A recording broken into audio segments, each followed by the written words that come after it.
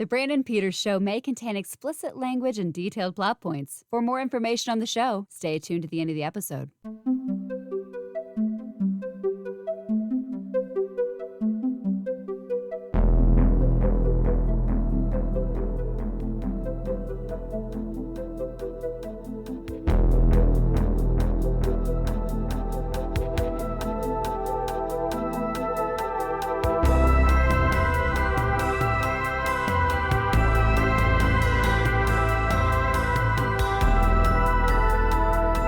And now, here's Brandon.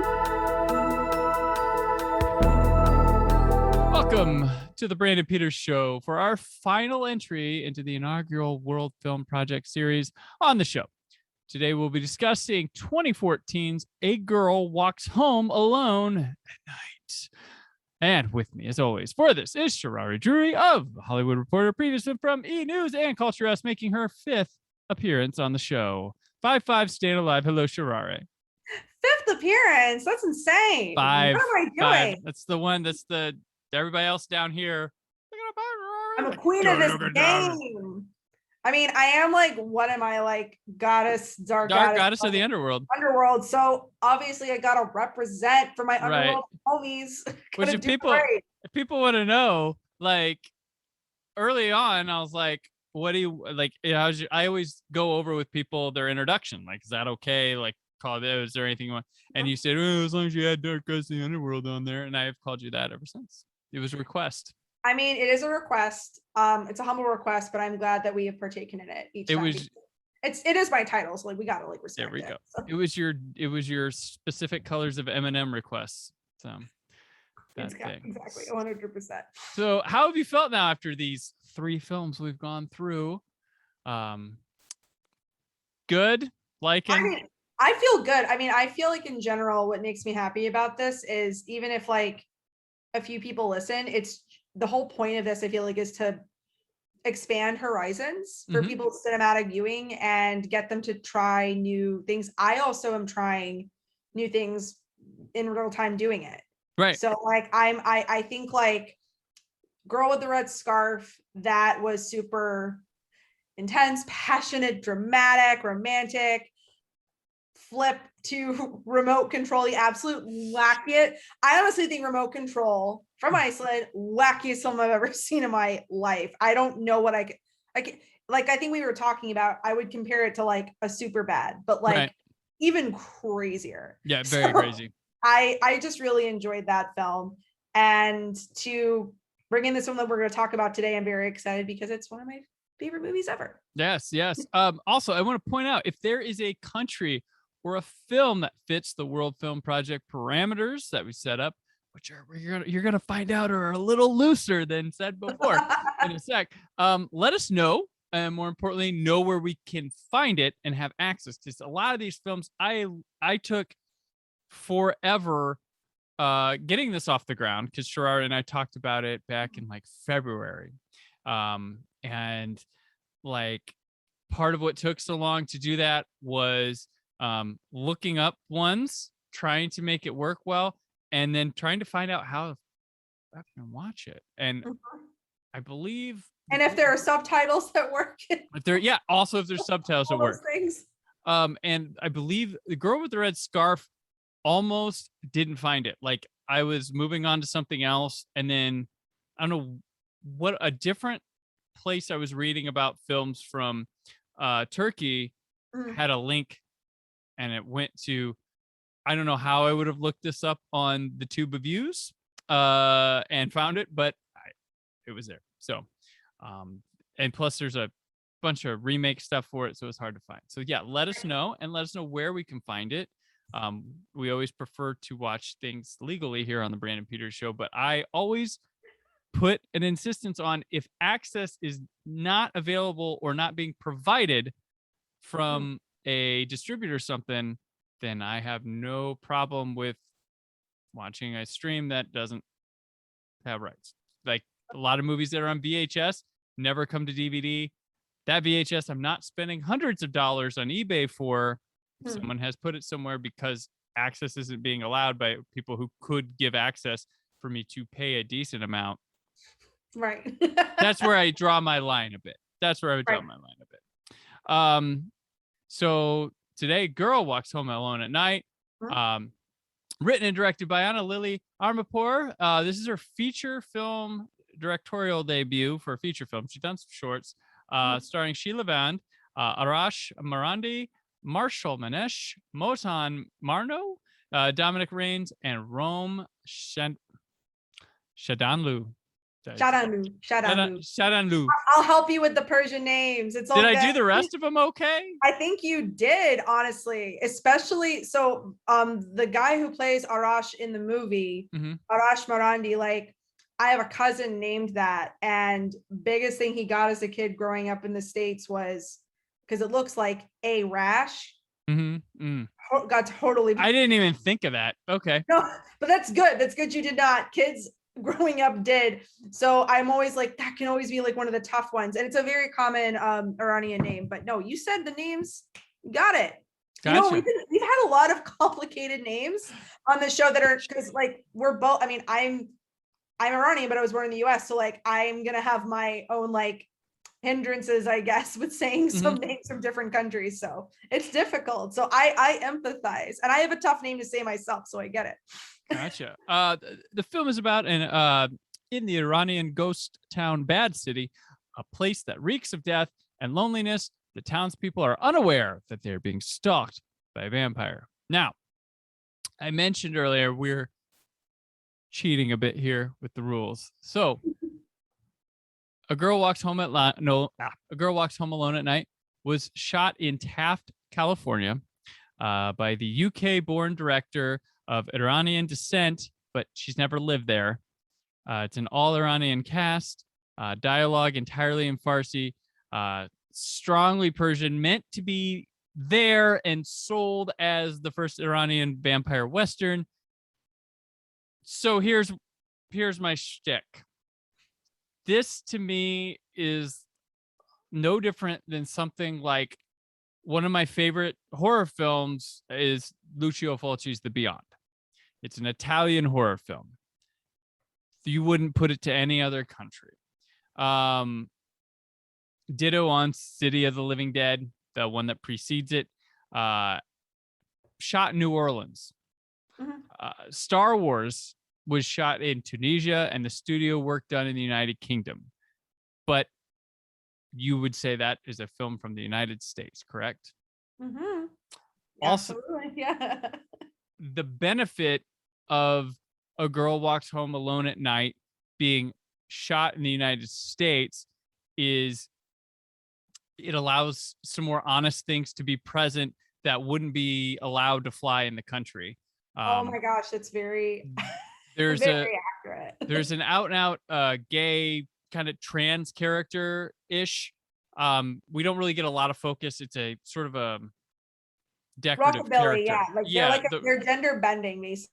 Right. So like so which would not be something you would ever see like in Iran, like a film made in Iran. Yes. Would not allow that. It's been referred to as a fusion of Iranian and American cultural cinema.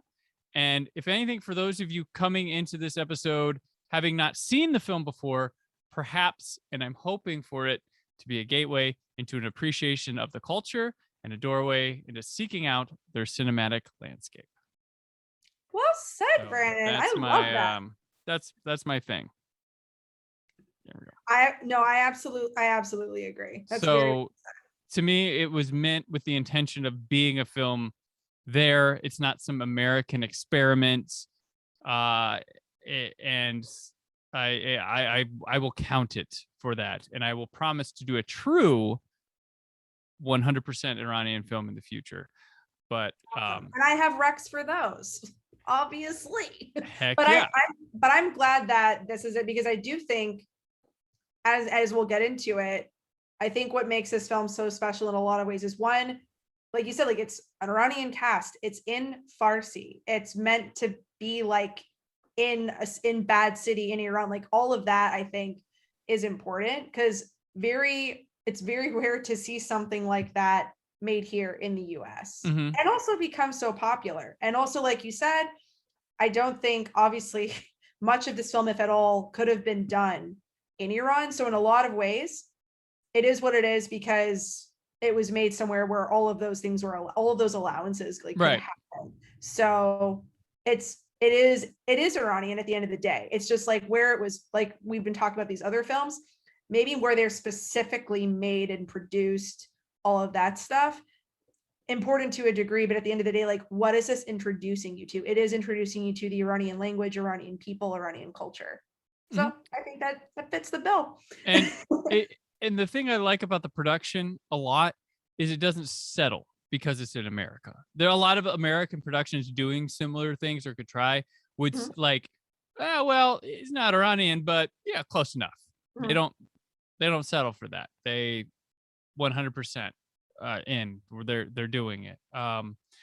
And that's where I was like, okay with this. And I thought about like a lot of my other favorite international films that shoot here and they are from their other countries, just because other countries can go on location. Granted, this is an American production shooting here, but I feel the same intent. I feel it's meant to be of that.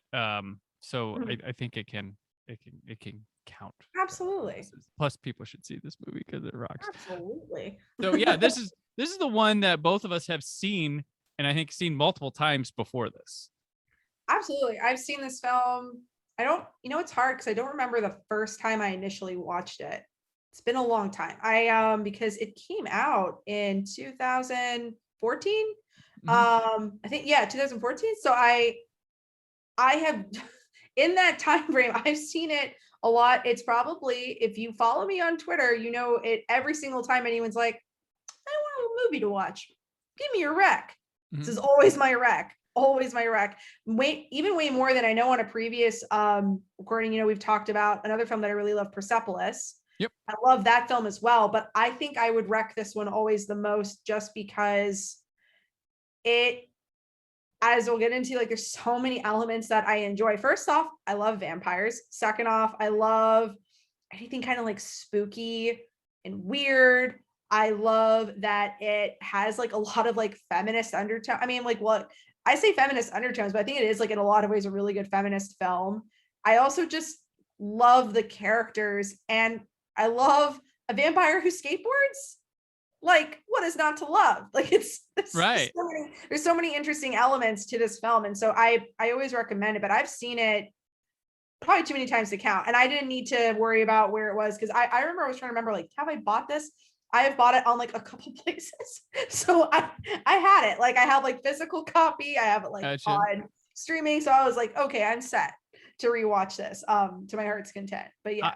I first so this came out in 2014. I believe like I wanted to see it in the theater, and when it was playing it here in Indianapolis, there was this, I think it was the summer my daughter was born, and when you have child and it's recent and stuff, you kind of just don't. I didn't want to leave my wife to be like, I was just going to the movies, and plus you're tired, like I just want to leave the house.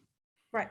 I don't, and like I think I didn't get in the window it was showing at my art house theater, and but I blind bought it when it came to Blu-ray, and I really took to it. I was like, okay, this, because I saw the trailer, I saw like screenshot, I'm like, this just looks incredible. And yeah, I really liked it, and I didn't know until I watched the bonus features that it was shot in America back then and stuff, and I had forgotten that fact too before this. But like, the thing is, like, I saw things where people had shot in Taft, California, and looks like Taft, California. I'm like, if you've been to Taft, California, because I wouldn't know where that is. I'm sorry for people. I could show this to 100 people, and I bet 98 of them don't realize it's, and that's being kind.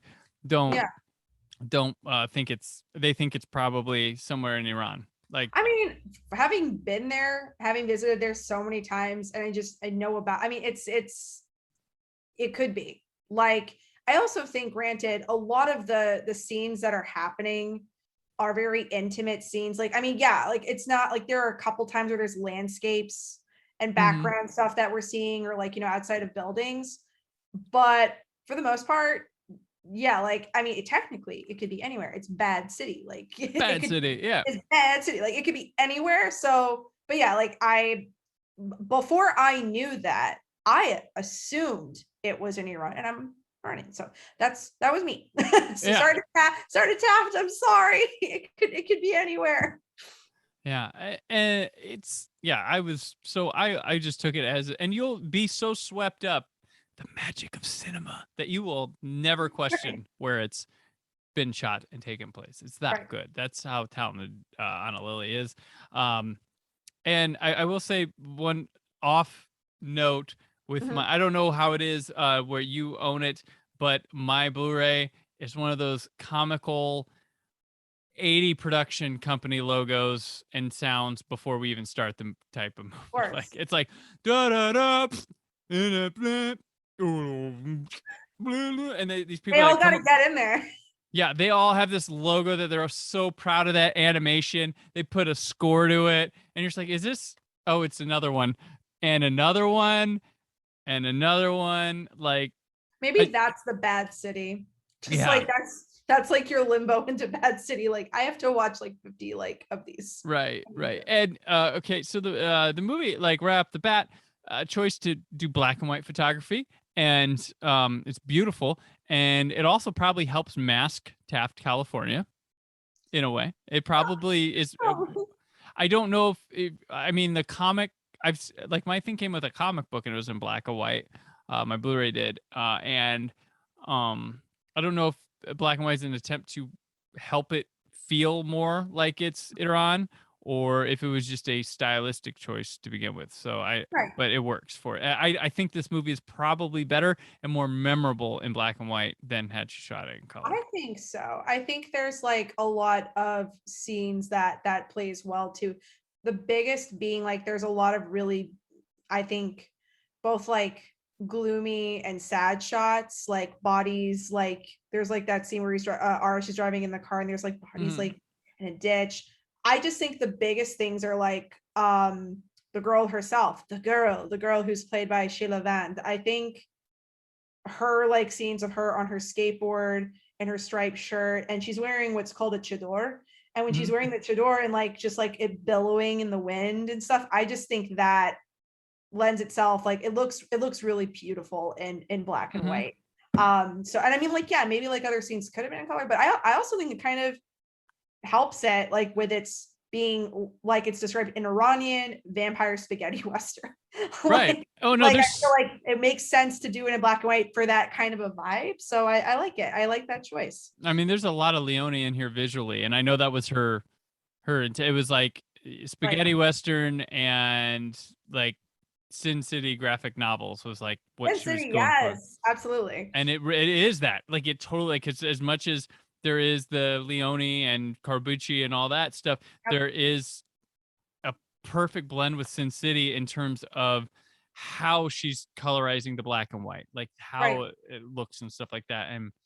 And there's a lot of moments in here too, like I said with the Steven Soderbergh's recent movie, the Don Cheadle and the one that was on HBO Max. I talked about it a few episodes back on the Crow episode, but that one, I said there's a lot of moments that could be like a pulp novel cover. There's a lot of moments in this that feel like a frame from a graphic novel done in black and white perfectly, like absolutely, without, it's like effortless, like it's not like trying, they're just so good at work. They could pause and be like, yeah, I'd buy a frame of that, and that's cool. So absolutely.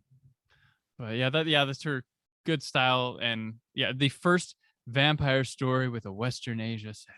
Like that's, I know, exactly. So I think it totally lends itself for black and white. I like it. Oh, for sure. We have, like, in the first act of this film, we have this drug lord, and Arash is our main character we follow, and he's got this junkie father that owes this guy, and he's like, taking it out on Arash because of this.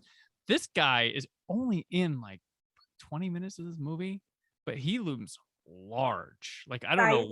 Yeah, Saeed. Yeah, he's a character, right? Right. And all those tattoos make him pretty Horrible too. He Like has the word sex on his neck. I'm like, what did you what do you think I mean, he's a pimp, but like by far the most pathetic pimp I've ever, like he's a really trying too hard pimp. Right. Like it's a lot, but I know what you mean. Like he is not in it that long, but his presence is known all the way through until his demise. His demise, yeah. Basically, yeah. Yeah, like I was just impressed with like this time around. I'm like, yeah, this guy. Like I'm watching. I'm like, I thought he bit it a little bit later than this, but I was like, man, he's not in this much. But I remember his because he's just such an a-hole, and just his look is pretty intense too. Yeah. But yeah, he gets up. So Sheila Van, when the introduction reveal of her as as a vampire, like it when she kills the drug dealer. Right. Yeah. Yes. So fluid. Her turn is so fluid. Like it's just almost like, yes, teeth come down, but her eyes, like she changes just with a look. And it's amazing. Like I was just that's why she's, I mean, that actress incredible, but also like to capture that the way it's captured in that scene. Oh my gosh. It's so good. That's like I'm like, okay, I'm falling in love with this vampire. Like, even though she's like doing something like so, I mean, granted, I don't think he's doing something horrible by killing a horrible pimp. Right. Like who's been an ass to like multiple women. So fine. But it's like, I was like, damn, I'm into this. Like she's a badass. And then that's like one of, like I'm saying, like the many like feminist-ish things that are happening in this, because I just love that she's like, no, I'm gonna take him out. Even though it's like, God, like it probably sucks as a vampire. She's like, oh, do I want to like suck this person's blood? Like he's a horrible person. But it's like, it's epic the way that like she takes him out. Absolutely. Yeah, it's I was just so impressed. I was just watching. I was like, man, just I like rewound it. I'm like, it's really like just a quick second change in her eyes that I mean, most people just see the teeth come down, but I was like, man, it's almost like a shark, like a, not exactly the same, but like, you know, like how when sharks bite, like their eyes like roll over. It's like a very quick, like scary, but like also really cool moment. Yeah, and she's great. Like she gets work. She works, but I'm just like, she's not in like a lot of stuff that crosses my path a lot of the times. So I'm like, man, I want more of her. But like I was excited. I got this movie for review with Justin Long about some drug movie or whatever, about this weird trip that he goes on, and she was in that. I was like, oh my gosh, that's her. It's the girl. It's the girl. Oh, I got so excited. But yeah, like, and she's a unique as hell vampire. Through history of cinema, there have been like a billion vampires, and I argue she has to make your top 10. I don't care where you place her. Absolutely. But there's none like her, and she's threatening, she's endearing, and she's fun all at the same time.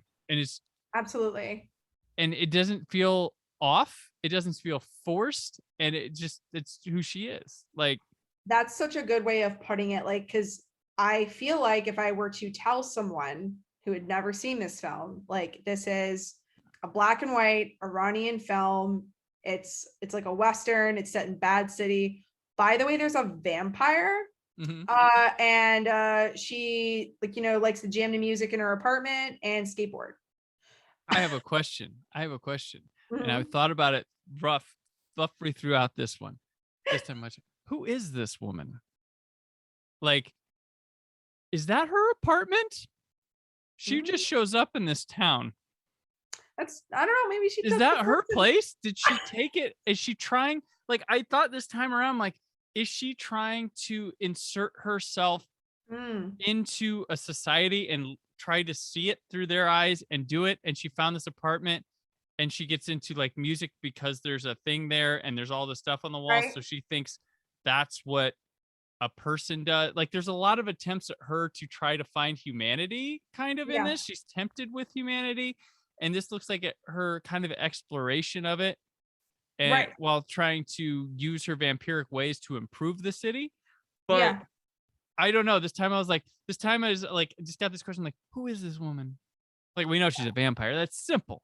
That's simple, but there's more to her. And I was like, I've always thought, oh, that's her apartment. But I'm like, wait, she just appeared in this town.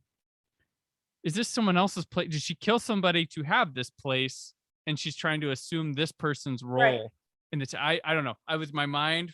No, I get it. I mean, like up. right out the gate, it's like obviously like some like basics I feel like with her in terms of thinking about her character. It's like that's an interesting way to put it. It's like, yeah, like has she always been in this town? Did she come into this town? And obviously, like as a vampire, like if we're thinking of mythology of them, I mean, like she could be the way that she looks like in her 20s, but obviously that could have been however long ago.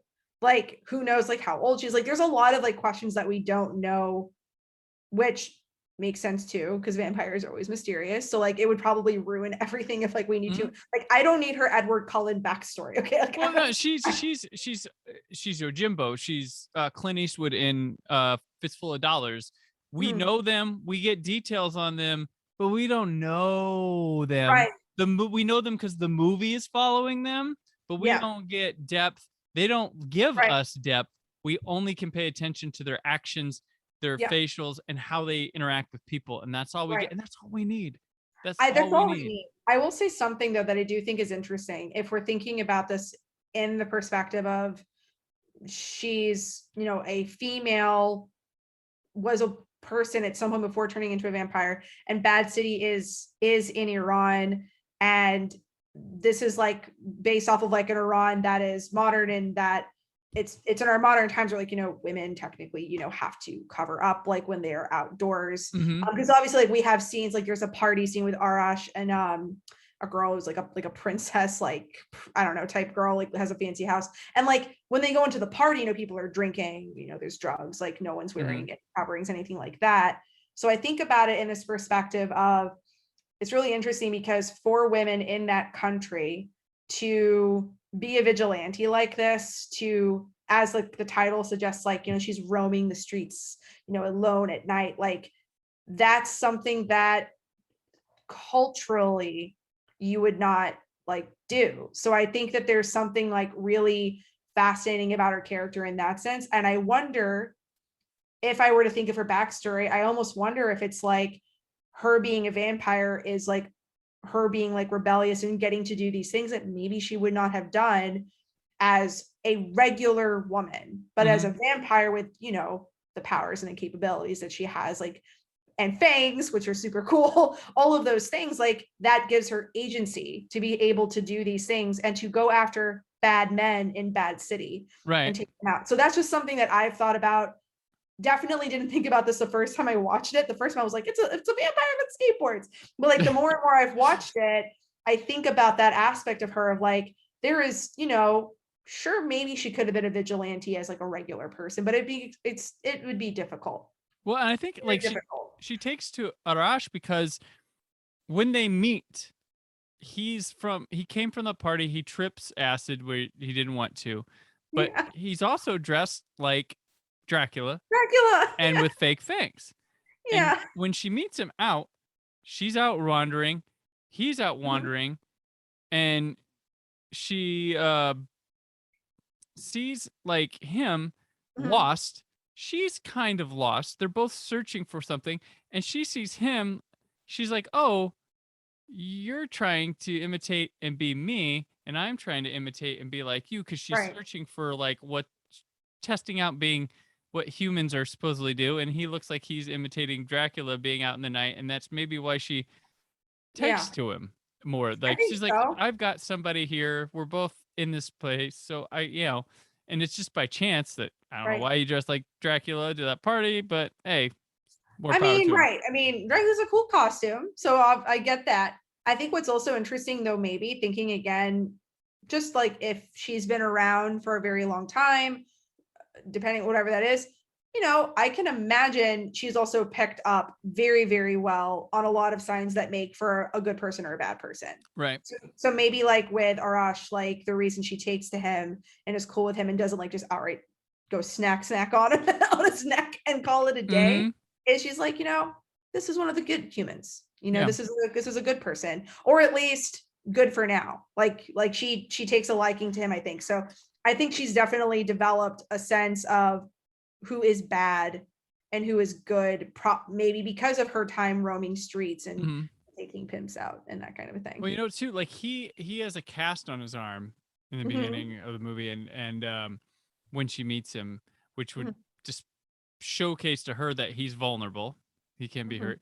And then we also have the girl who has the rich girl that has the nose job, and she's kind of nicer to him, and then that comes off, and then she's somebody else after. So I don't know if that signifies something between them or not, but no, that makes sense. Because I think this movie's deep as fuck. I think so, but I think what you said. To say. Yeah, no, I think that makes total sense. Like if he literally physically is showing that he's vulnerable. Also, I mean, like you said, like when she meets him, it's like he is like tripped out. Like he does not know what is going on. Right. Super easy prey. But instead, like they connect. They have like a dance party of their own. That is an amazing scene, by the way.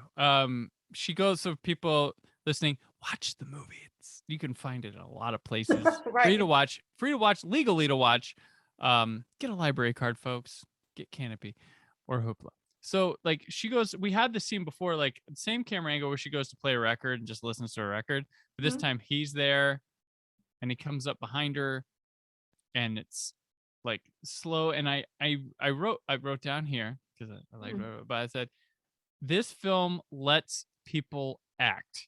There's lots of long takes, lots of non-dialogue emoting and speaking. And there's the scene where she brings Arash home and puts the record on is deliberately slow and more interesting than most movies that come out every year. Just this one scene. There's a lot going on and you just kind of soak it in and you you don't know how this is going to turn out, how they react to each other. It's slow. And all she does in the scene is turn around. He comes up behind her, listen to music, and turn around. And that's all this scene is, but it's lengthy, it breathes, it's real, and it just, you watch the actors and it just fucking works. Like I 100%. It's interesting because I have read probably so many reviews about this film as well. And it's interesting because I think there are some people who get that and really enjoy those moments. And then there are critics who wish things would basically speed up. Keep cutting. Keep going.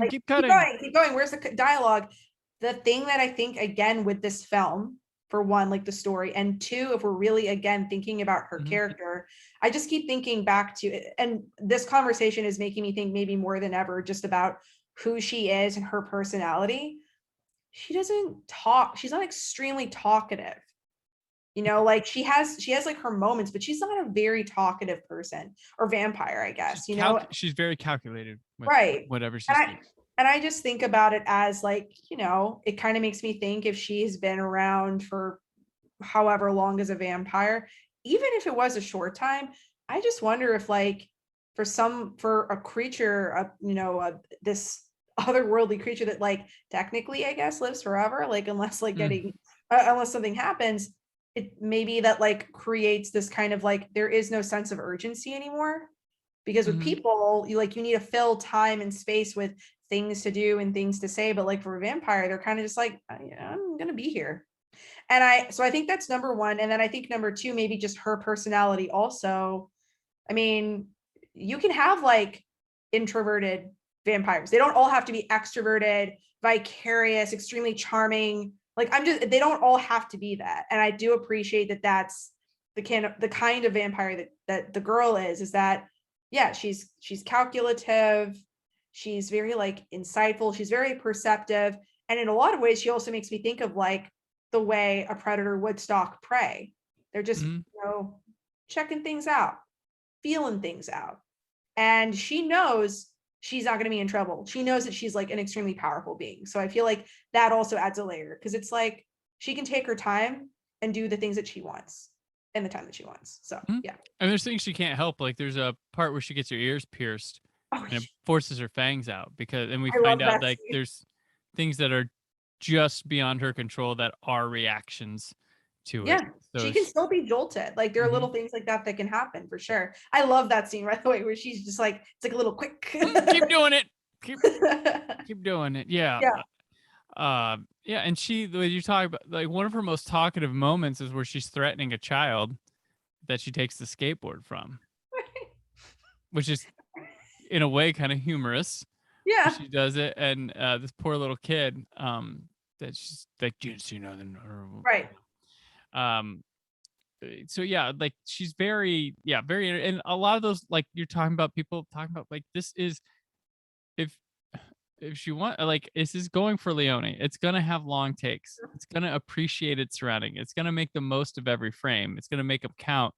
And you Right. can't see that. Even the people who would borrow things from Leone, like your Peckinpahs and stuff, while they made fast cuts and action scenes, they still knew how to, like, appreciate Right. surroundings, breathing, acting, things Right. like that. And that's the thing. Like, a lot of, yes, an actor's performance when they win Best Actor does somewhat go to an edit. It should go to an editor because they pick the best takes. They Yeah, put I the get best take. that. They help piece together.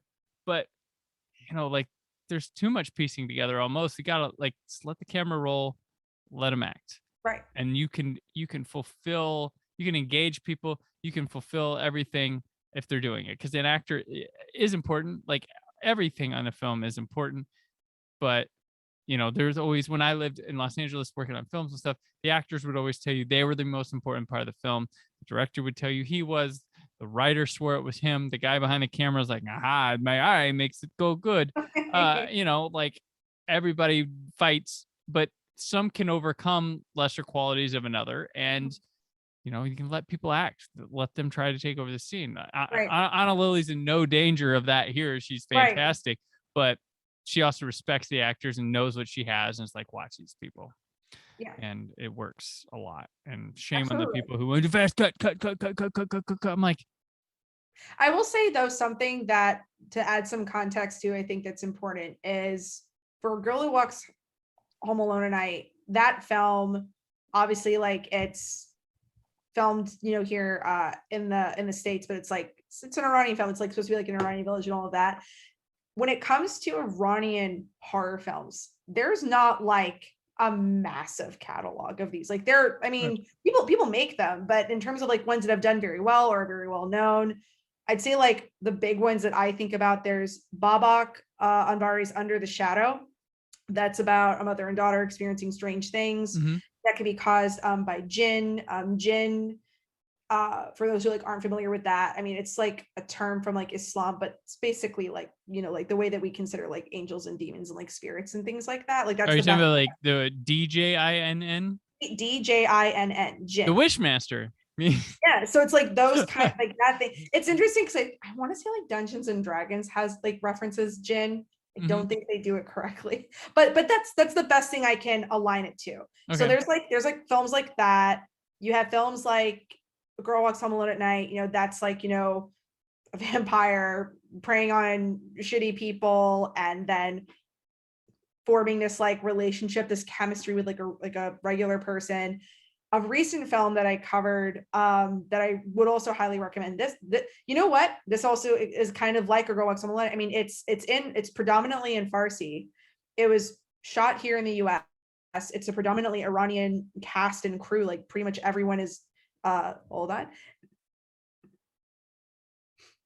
So with Kuro Shahari's The Night, it's a film that's set in the US. It's predominantly an Iranian cast and crew. And that's like a film that it's very obvious that it's in LA. So like, it's very obvious that like it's, they're here. But what I like about it is that it's in what I guess you would call like the Iran away from Iran, which is Tehrangelis, like LA and stuff. Like it's where like all the expat Iranians come to live, is Los Angeles. And that film's almost like The Shining in that, it's like a horror film happening in a hotel. It's a great film, but in the end of the day, like, there's not like a massive amount of these films to either draw inspiration from, like for Iranian filmmaking. Like, there's a good amount. I feel like Iranian cinema, at least the way that I see it, like, there's a lot of really great dramas.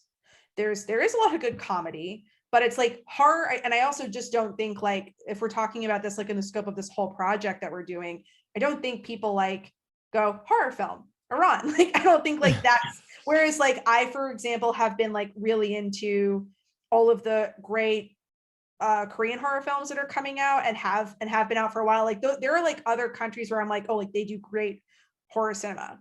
Iran is not one that I would immediately, even being around myself and watching these films, it's not like that's what would come to mind. But I think the reason that's why I love A Girl Walks Home Alone at Night is it's such a unique take on like what a quote like horror film could be, even though it's not like horror, it's like a Western. But Right. like I think like when some people hear what it's about and they're like, oh, it's a vampire film, I'm like, no, it's like not like entirely like scary and terrifying. It's spooky, but it's not like scary. Yeah. Right. And thinking like what we're talking about with the acting in it, I just think there's so many scenes that lend like those long drawn out, like, and I don't even want to say drawn out, like those long scenes where people are just taking moments to interact with each other so we can see the chemistry, like especially with Arash and the girl, like the chemistry that we're seeing grow between them.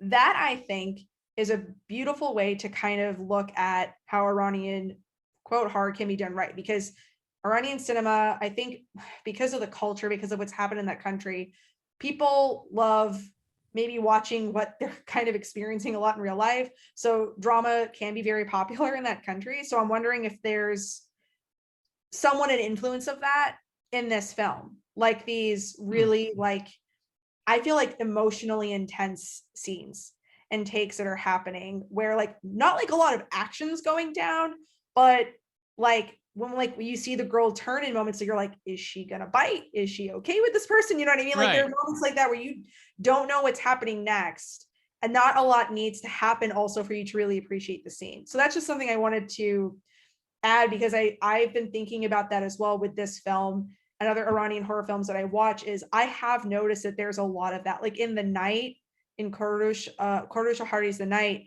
there's a lot of scenes like that where it's just like he's in a hotel and there's like and he, you know, there's a haunting that's happening or he's being haunted by spirits, and there's just a lot of scenes where he's just like staring down stairwells or like looking off at something in the distance, or there's like it's with him and his wife and like maybe they're like sitting in silence in their hotel room. Like there's just a lot of moments where like, and maybe this is it too, maybe it's meant to make people a little uncomfortable, because like when something is sitting for like a beat too long, you're like, something gonna jump at me? Like what's going on? Right. So I think like that's something that I've noticed across a lot of Iranian horror films that I think comes through in this film as well.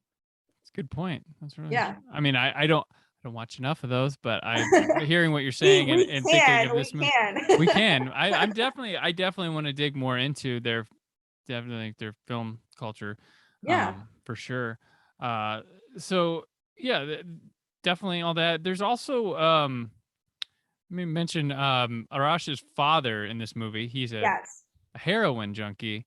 And he apparently something happened to his mom, and his father's never really gotten over it, and has turned to, he's got a really bad heroin habit.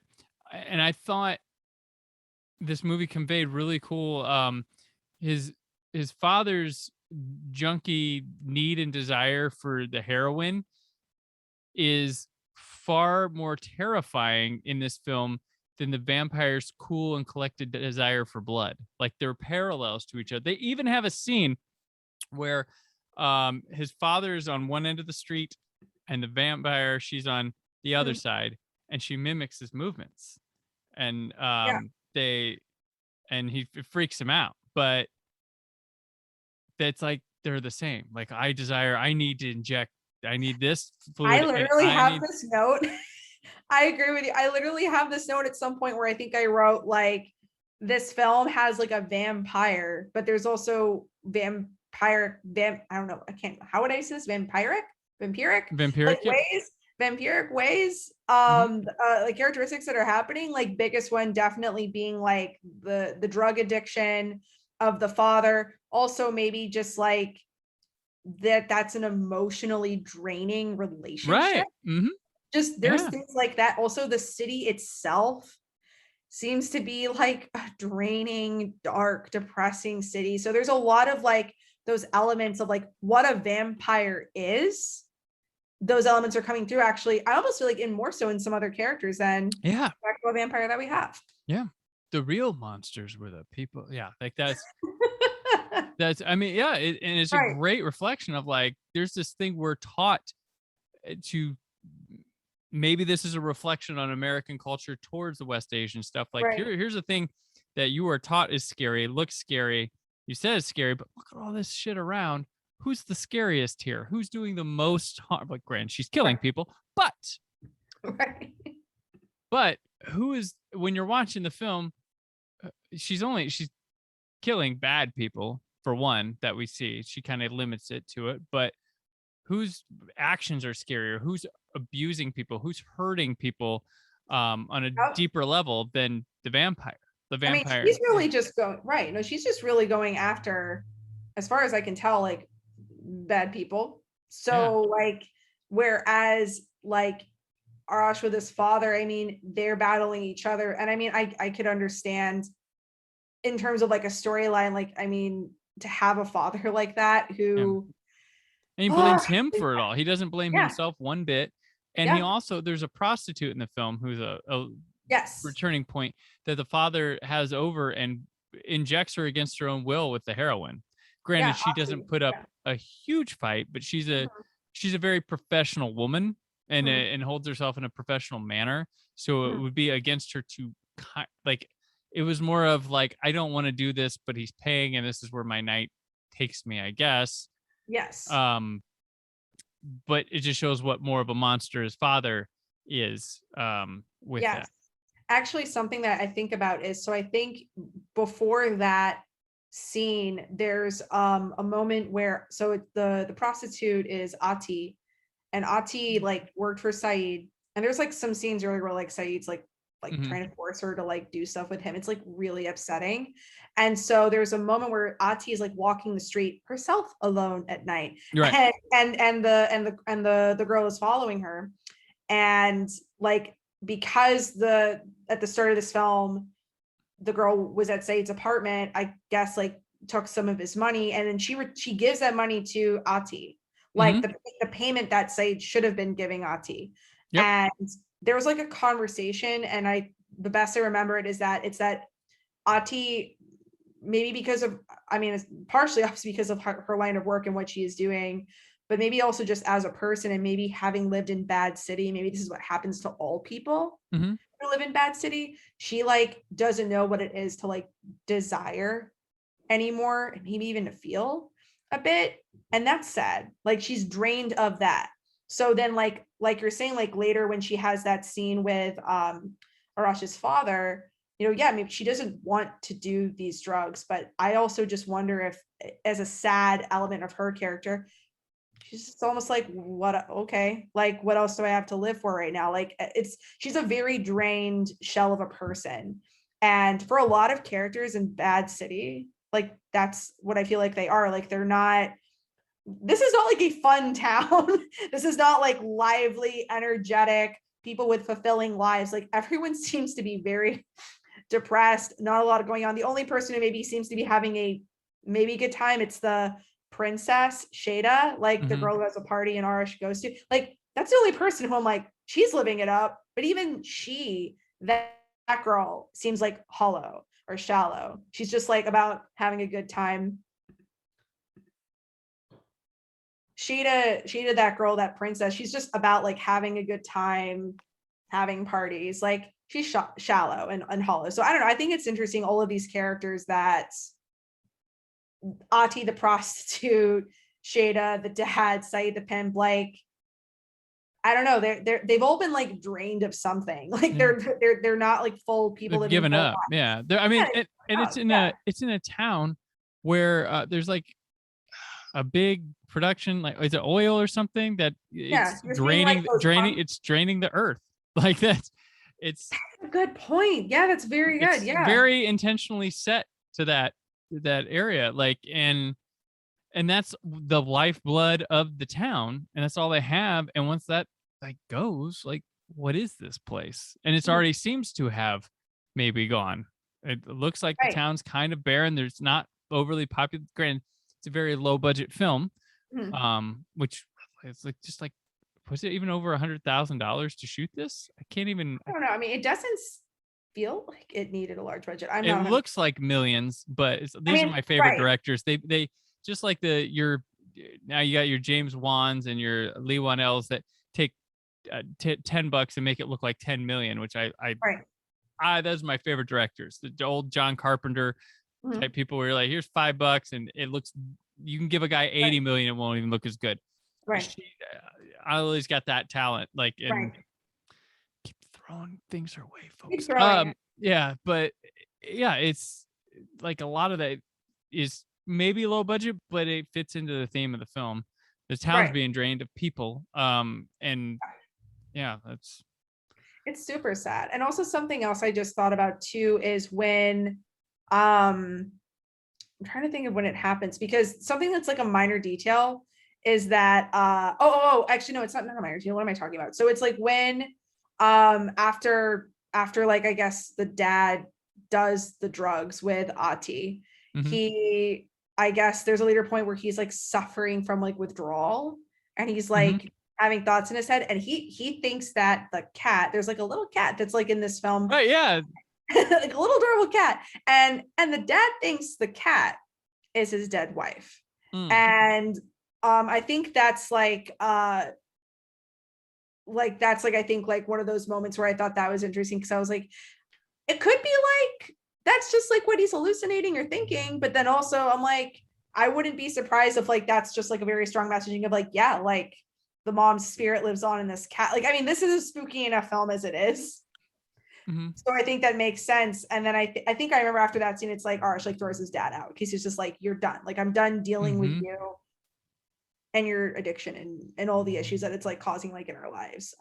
And that's, I think later on, like his father dies because he takes more drugs. Well, like, no, the vampire, she does, doesn't she take care? That's right.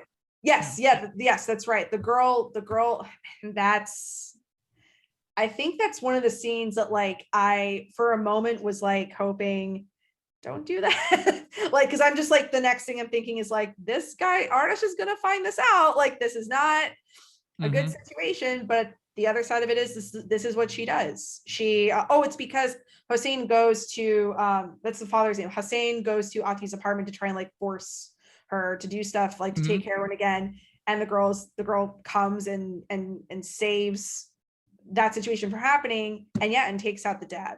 But that's like her MO. She takes out bad men. Like that's like her thing. But I remember that scene just being like even from the first time watching, I was like, this is gonna cause some issues in their relationship. Right. If he finds out somehow, some way. So yeah, very like intense. And when Arash finds the body, that's one of the most haunting things in the film. God. It's so real. It's so like the look on his dad's face, just sitting there staring at him. And his reaction to it is just because it's a reaction of like, I'm not surprised, but we're here now. I thought it wouldn't be this soon, but we're here now. Like that's kind of what it's not super upset, super disappointed. It was something he expected, but now it's here. Like but the way they filmed the dad's body, the way the actor is posed and looking, it's spooky. It's real. It feels really real. Like, I mean, there's a lot of elements in this film I feel like that are like, because it's like, yes, it's a film, but I think Annalie does a good job of, I think like there's like a nice like balance between things feeling like so realistic that makes it terrifying. Like that makes it really scary. Like that's a very real scenario that obviously can happen to someone who has an addiction. So like that's depressing, and it's also just heartbreaking because again, you think of like this whole film, like we've seen these two fighting. It's a very it's a very toxic relationship between a father and a son, what they're dealing with and what they're going through. Sorry. So like so it's the relationship between Arash and his father. It's toxic. it's not a good relationship, but they're still father and son. So there's obviously still some emotions like seeing his father like that. Right. And then I think like Arash's next move is to like go and find this girl that he's connected with. He wants to go and find her and like run away. And maybe he's just realizing this town is literally bad. Like I don't want to be here anymore. And that's when that cat reappears, because I think there was a moment earlier in the film where like she's given the cat, she gets the cat, and for her to have the cat, he realizes like, okay, like this is something's something's amiss, because Like, this cat should not be here. And these like are like in the final moments of this film. I mean, I don't know whose heart would not be racing, because you're just like, okay, what's gonna happen when he finds out? Like, is he gonna find out? Okay, I think he's gonna find out. What's gonna happen if he finds out? Is she gonna take him out too? Like, can she? Would she? And maybe in the end, I have read so many like theories and thoughts on like the ending of this film, because it kind of ends as mysteriously as it started. Like, we don't really know what they're going to do, because he realizes what's going on, and they're like in a car, and like they're trying to leave Bad City, and they go off together. I remember thinking at the end, like I was almost like a little upset. I was like, really? Like that's where we're gonna end it? But then at the same time, I'm like, I kind of get it, because it's almost like that's like how, like, again, like dark and mysterious and moody this whole film is. I'm like, I'm okay with not having like a lot of resolution at the end. But I don't know, like I'm curious what you thought, because like for me, I remember thinking that ending, I was like, damn it, but also I love this at the same time. Well, he needs, I mean, it's time to get out of town, time to get out of Bad City. To get out of town, yeah. And he's going from being a caretaker of one troubled individual with an addiction to a vampire who has a bloodthirst. So it's kind of like transference of what he is. And maybe he becomes, with how subservient he is and stuff, but granted, he's smitten with her, but he could become like a Renfield-esque character for her, the guy who's obsessed with serving Dracula but never becomes the vampire. That sort of maybe the role he's destined to take with her for the time being.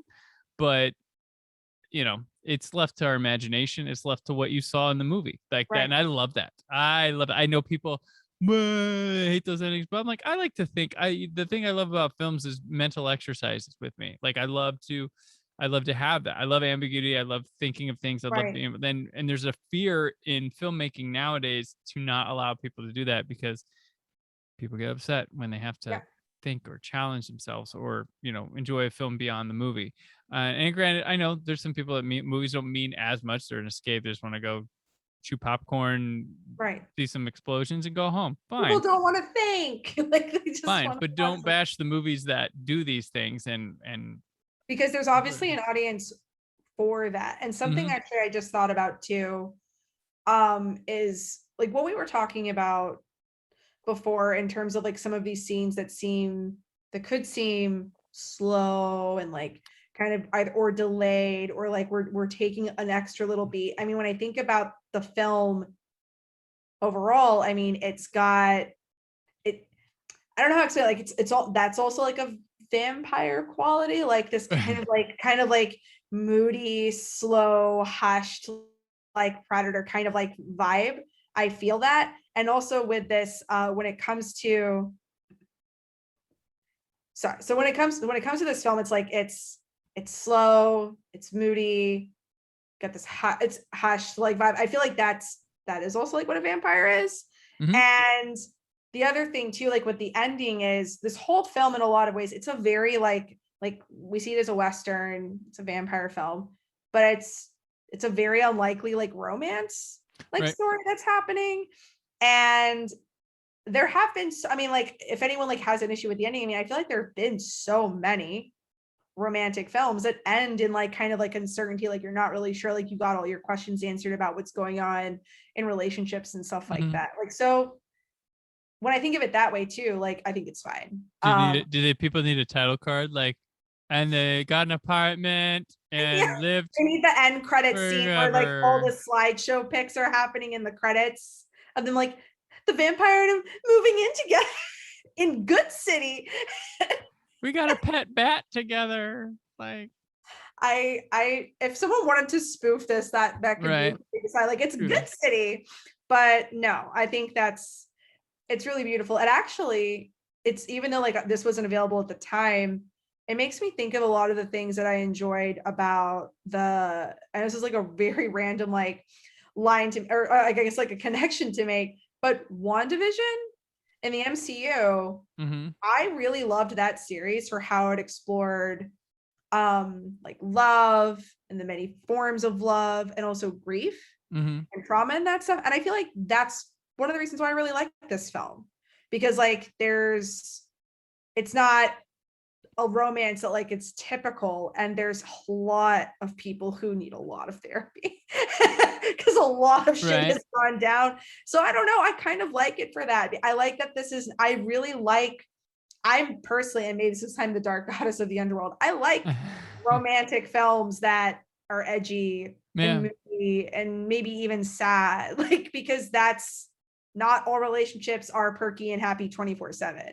So I kind of like that that's what this is. And I like that that's in the film. I like that it wasn't just like about a vampire being an anti-hero vigilante. I love that there's a romance that's happening. Right. And it's complicated. So yeah, I kind of like that part of it too. Yeah. Hard agree. Before we wrap up this conversation, which is a great conversation, by the way, there's some things there's one thing I wanted to point out, that an image that I don't think I've like that this movie gives us, that I don't think I've ever seen before: a vampire soaking in a bath. It's not blood, it's a bath. Homegirl needs self-care. Yeah, she's just laying in bed, and I'm like, self-care Sunday. That's really cool. I'm like, I wonder if she thought like, I've never seen a vampire sitting in a bathtub, so let's throw that in there. And it's just, yeah, I get that. And I was like, that's awesome, because I was like, I can't think of any. I've seen them in pools of blood and all this stuff, but just taking a bath, I thought it was soaking in water. When you think about it, I mean, granted, I'm not an expert, so like if the interwebs knows more than me, let me know. But like I couldn't name a ton of like, other than like Castlevania, which like I'm a big fan of. I can't think of like a lot of other shows or films. Like I'm not big into comics, and I'm sure comics and gaming probably have more. But like in terms of like really popular films and shows that are about vampires, I don't know a lot that center on female vampires. Right. So like that to me is where I'm like, those kinds of scenes, like her jamming to music, having a little dance party by herself, having like a little soak in the bathtub. I'm like, that tracks, like, for someone who's got whoever and how like eternity to live, and is like, right, I just want to chill. Have you ever seen Dracula's Daughter? No. It's the sequel to the original Bela Lugosi Universal one. It's but it's a very underseen, very underappreciated sequel, because it's not like just not Dracula again.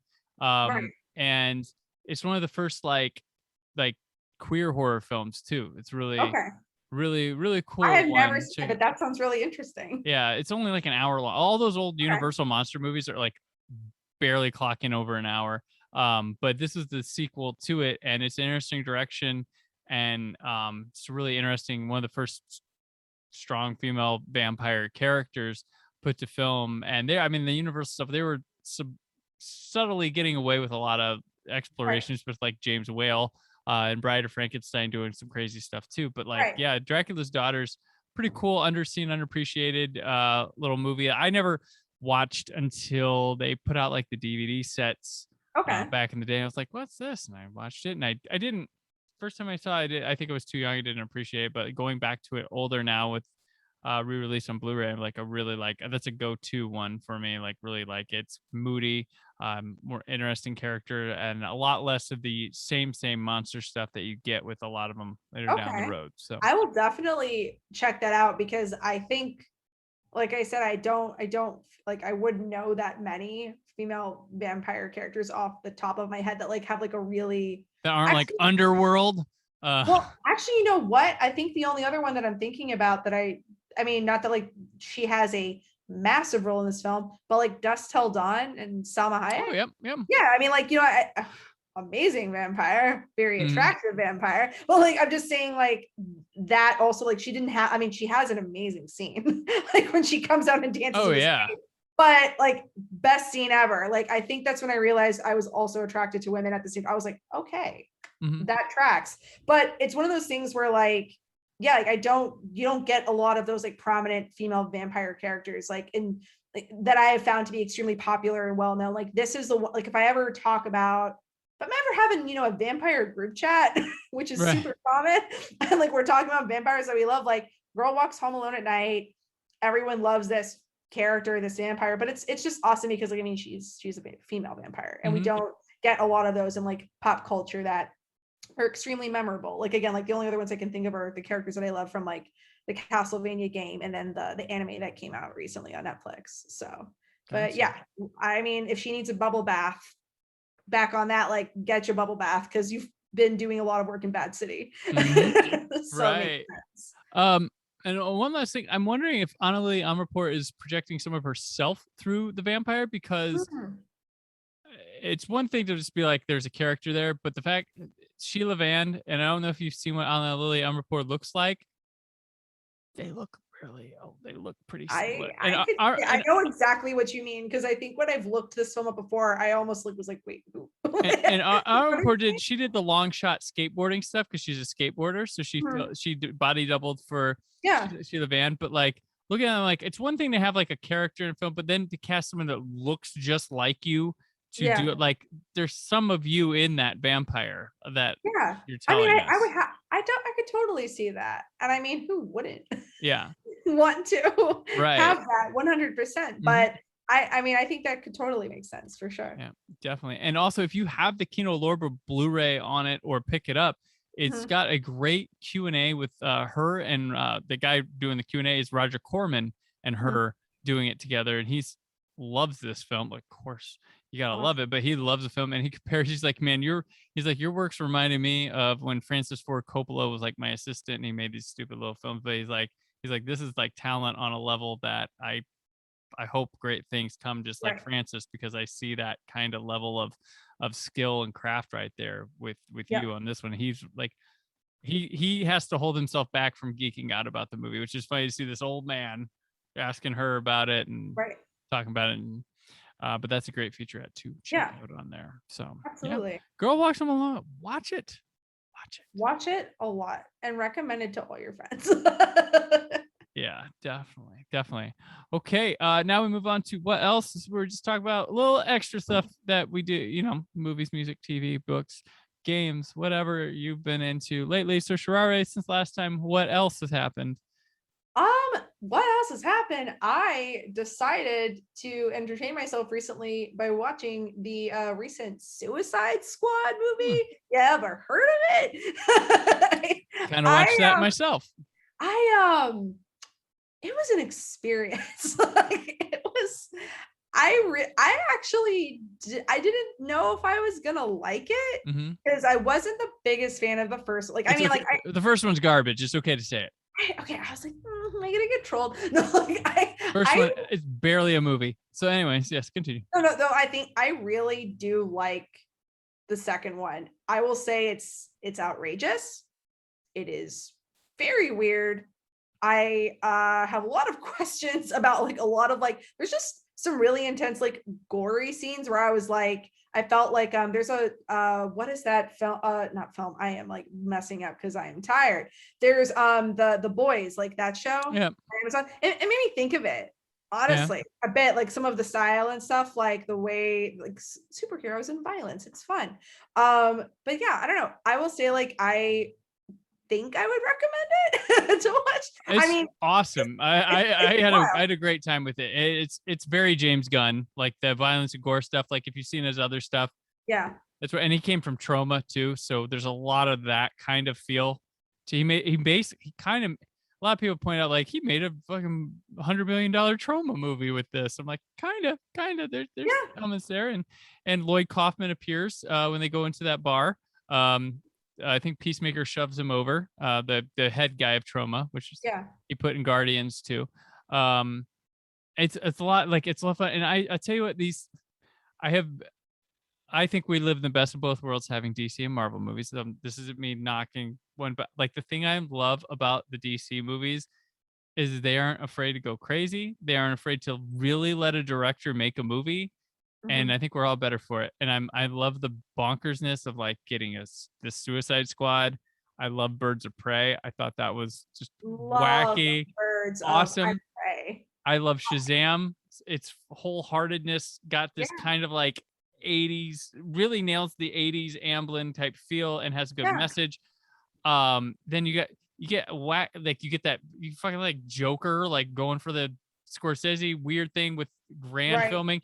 You get like traditional like Wonder Woman 84, but you know what? That's a good point, because I wonder if it's like with DC, it's like fuck it, let's just fucking like. I mean, they're in fucking mode, and I wonder if it's like Marvel is the like older sibling and is like, I've got to like, you know, keep my appearances, like got a reputation, and like Marvel films are amazing. I love, like, I am more of a Marvel fan, like in that sense. Like I am obsessed with all of the films, the comics, the games, all of it. I'm into all of it. Because I'm Team Loki, so like, of course I would be like obsessed with like someone who like loves chaos, but like at the same time, I get what you're saying about DC, and like that. I think as much as like I probably lean more towards like Marvel for a lot of stuff, at the end of the day, it's like I need them both. Yeah. And I think it's like they balance each other out. Right. So I really enjoy it. And like DC's kind of like the troublesome, like younger sibling that's like, fuck it.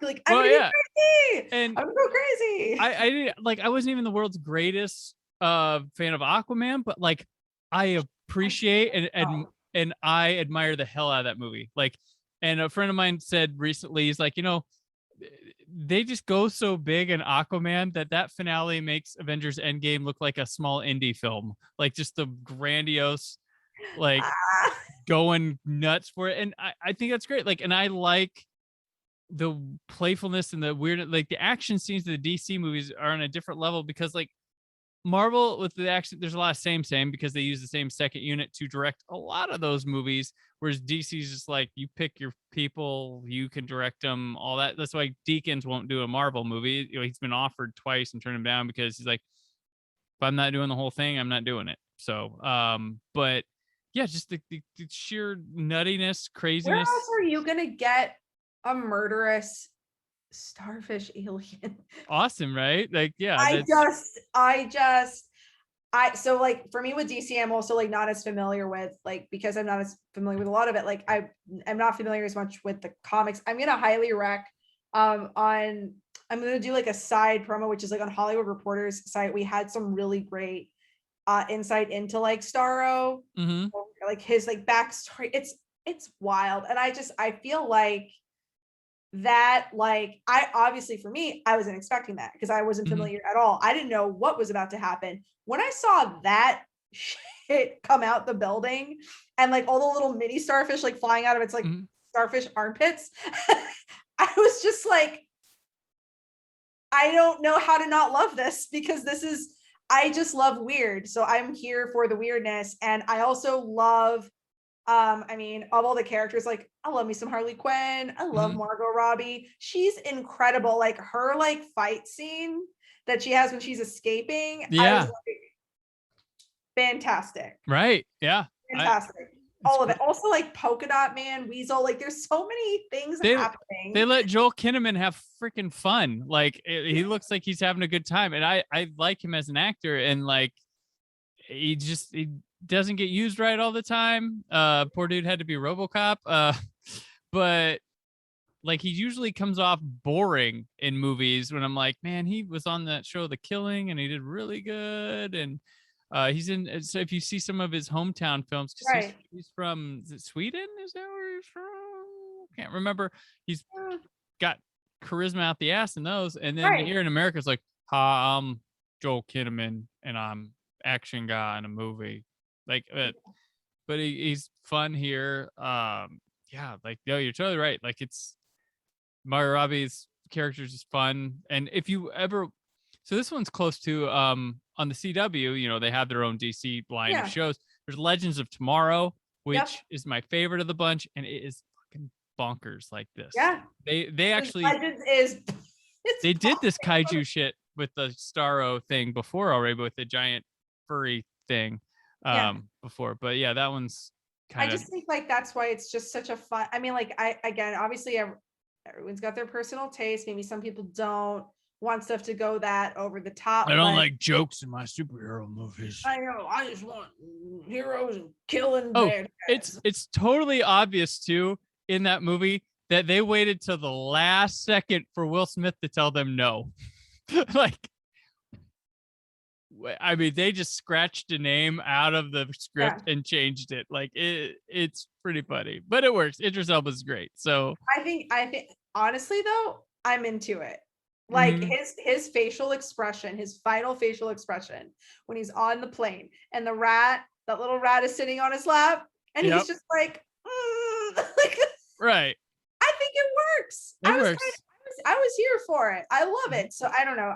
I would, you know what? I would recommend it if you're in for like a bonkers night. Maybe take an edible and watch it. I don't know. It's hilarious. It's a wild ride. But that is my what else and my what the hell. There you go. Yeah. What a ride. It was amazing. Gotcha. My what else is the novelization of Once Upon a Time in Hollywood. Oh. I flew through it and it is awesome. Wow. Like if Quentin Tarantino, after he retires, just writes novelizations for his books like this, I'm okay with that. I'm fine. This gives it's the most interesting way to adapt the film. Okay. It gives you, because for people who have maybe never seen the film, it's an intriguing book. For people who have seen the film, it adds changes ideas, and it's got a different agenda.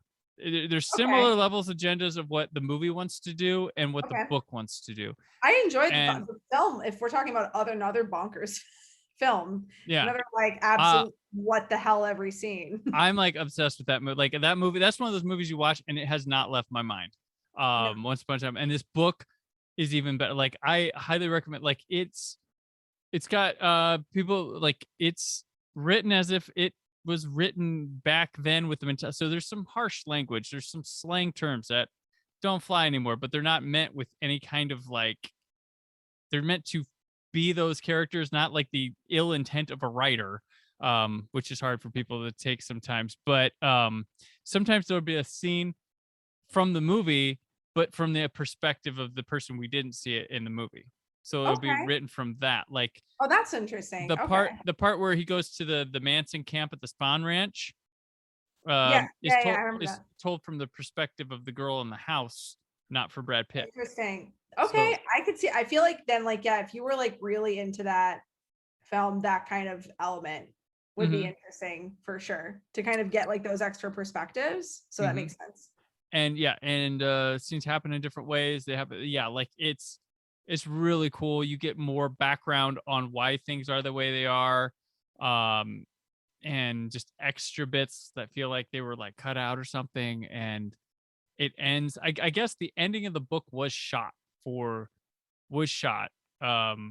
didn't get used in the movie. So I know that did happen. But yeah, the book ends differently.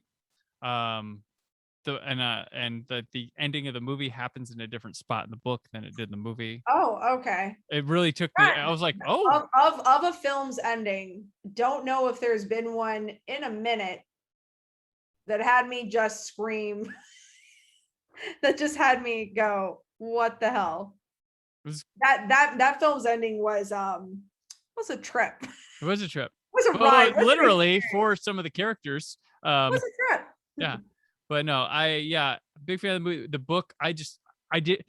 It's been a long time since I was reading a book, and I was like, oh damn it, it's getting to the end. Normally, I get excited. I'm like, I'm going to conquer this thing. I'm like, add more pages.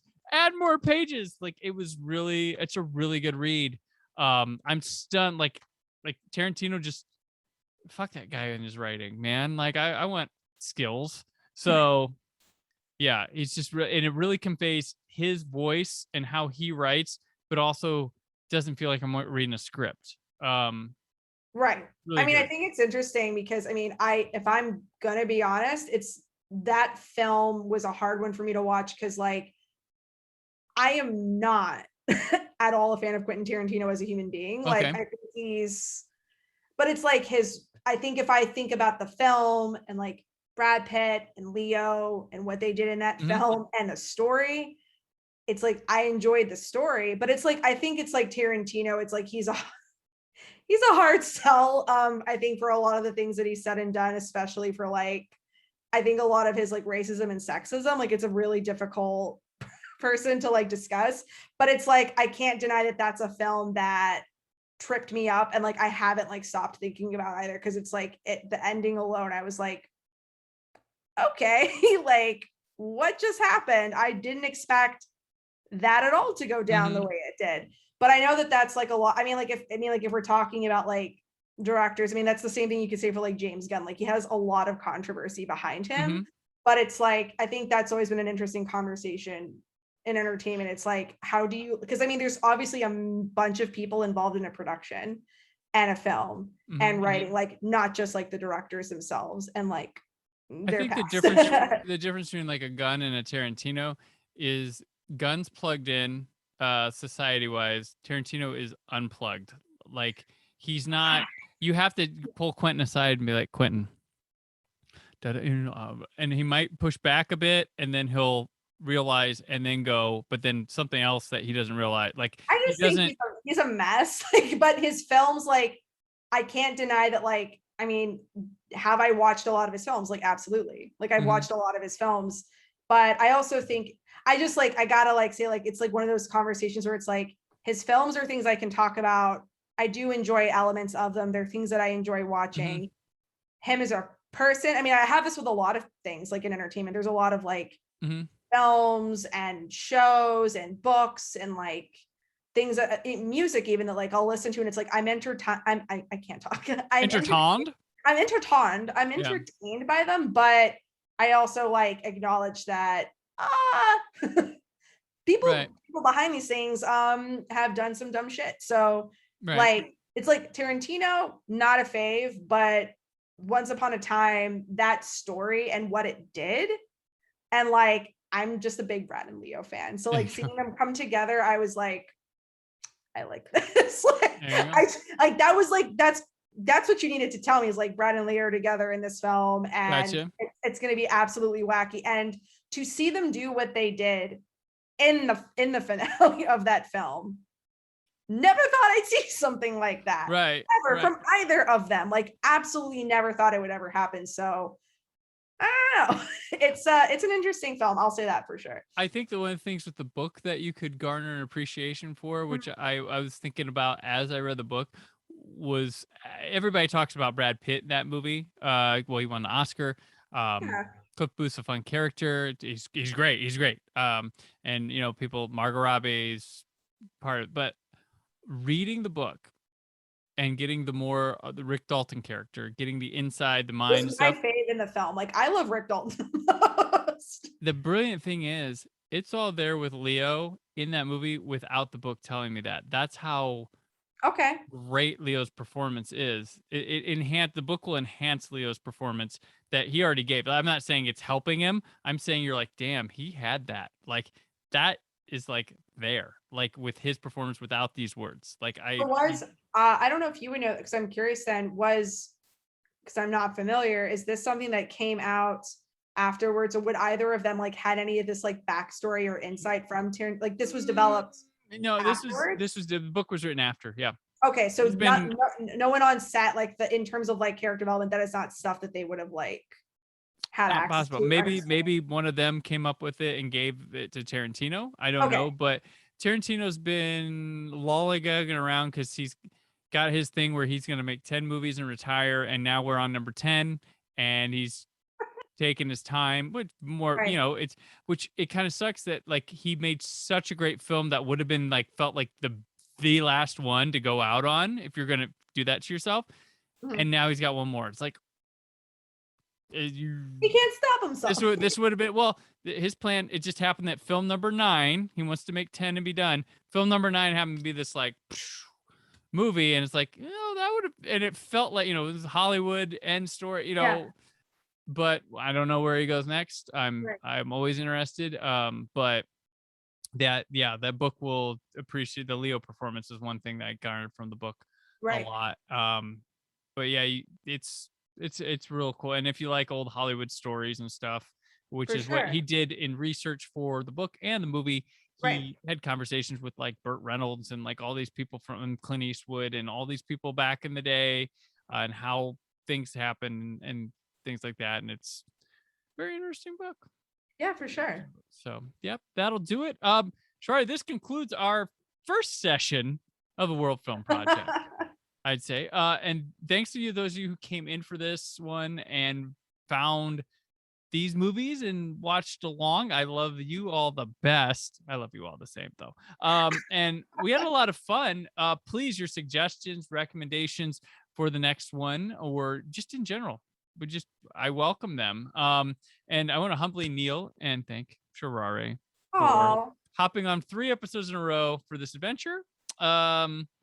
You've classed the place up, and I try. The underworld brings what it can to the game. Yeah. So yes, and you've made this little series a giant win in my eyes. So thank you, as always. Once again, let people know where they can keep up with you. You can come and find me in the Twitterverse at Sharareh Drury. All right, and I'm on Twitter and Instagram at Brandon4KUHD. Written work at WhySoBlue.com. There's more for the Brandon Peters Show this week, but until then, always remember to keep positivity in your online film chatter. Thank you for listening. The Brandon Peters Show is a Creative Zombie Studios production. Produced by Brad Shoemaker and Brandon Peters. Written and edited by Brandon Peters. Announcer vocals by Jessica Alsman. Theme song by Metavari. Web design and show art by Brad Shoemaker with Brandon Peters. All music and clips featured in the episode are property of their respective studios, and no infringement is intended. Additional information on this and other episodes at BrandonPetersShow.com. For any inquiries, press opportunities, or sponsorship, contact mail at BrandonPetersShow.com. The show is available on Apple Music, Spotify, or anywhere podcasts are found.